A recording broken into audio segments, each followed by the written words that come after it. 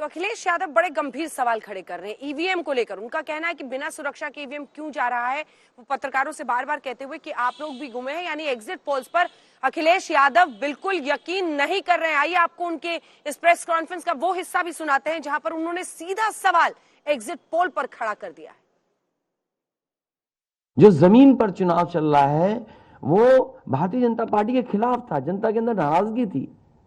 ये जो कल एग्जिट पोल आए हैं, मैं एग्जिट पोल पर बोलना नहीं चाहता था, लेकिन जो एग्जिट पोल आए हैं वो कहीं ना कहीं परसेप्शन ये क्रिएट करना चाहते हैं कि हाँ भारतीय जनता पार्टी जीत रही है, जिससे वो चोरी भी करें अगर वो भी ना पता लगे कि हाँ चोरी हुई है। इसीलिए अगर हमने वोट दिया है तो मैं अपने नौजवानों से, किसानों से और आम लोगों को कहूंगा कि उतनी हमारी जिम्मेदारी बनती है कि वोट को हम बचाएं। अगर वोट नहीं गिना जाएगा तो लोकतंत्र कहां जाएगा, और ये लोकतंत्र की आखिरी लड़ाई है। मैंने कई बार कहा कि उत्तर प्रदेश का चुनाव लोकतंत्र की आखिरी लड़ाई है। इसके बाद तो जनता को क्रांति करनी पड़ेगी, तभी बदलाव आएगा। इसलिए मैं अपने पार्टी के लोगों से और जो सच्चे ईमानदार, सच्चे सिपाही हों, सच्चे अधिकारी हों, सच्चे पत्रकार हों, कम से कम आगे आए और लोकतंत्र को बचाने के लिए खड़ा हों।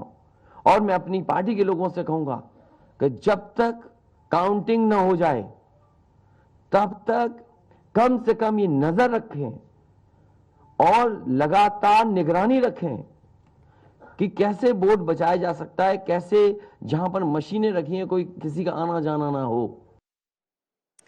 तो एग्जिट पोल के एक दिन बाद और काउंटिंग डे से एक दिन पहले ये अखिलेश यादव का बड़ा बयान, बड़ा दावा वो कर रहे हैं।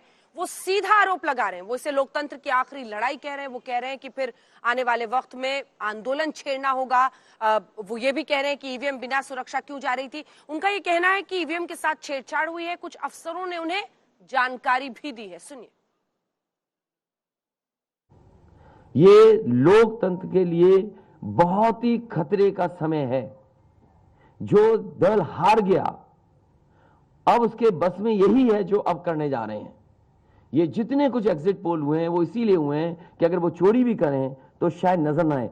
अब ईवीएम्स पकड़ी गई हैं, बहाना कोई ना कोई अधिकारी बताएंगे कि हम ईवीएम्स इसलिए ले जा रहे थे। आखिरकार फोर्स के साथ क्यों नहीं ईवीएम्स जा रही थी। ये तो ईवीएम की एक बनारस की जो अभी भी लाइव चल रहा है वो घटना है।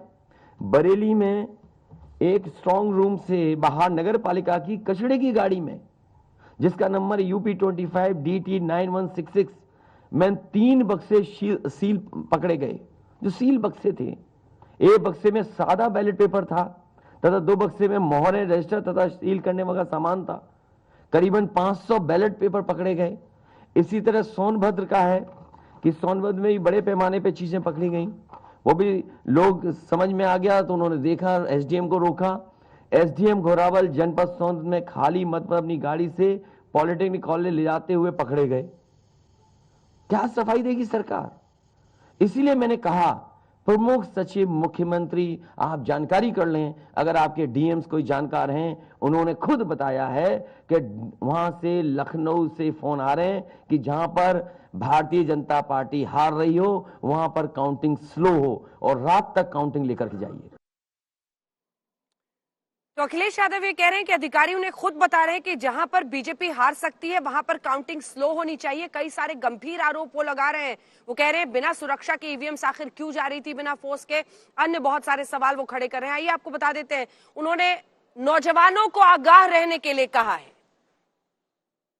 कि ये लोकतंत्र का आखिरी चुनाव है। इसके बाद तो जिस तरीके से आजादी के लिए लड़ाई लड़ी गई थी उसी तरह की हमें और आपको क्रांति करनी पड़ेगी। मैं तो अपने नौजवानों से अपील करूंगा कि जहां किसान इतने साल बैठे रहे तब सरकार झुकी, कम से कम 3 दिन लोकतंत्र के अखंड प्रहरी बनकर के ईवीएम्स को बचाएं और चुनाव को बचाएं।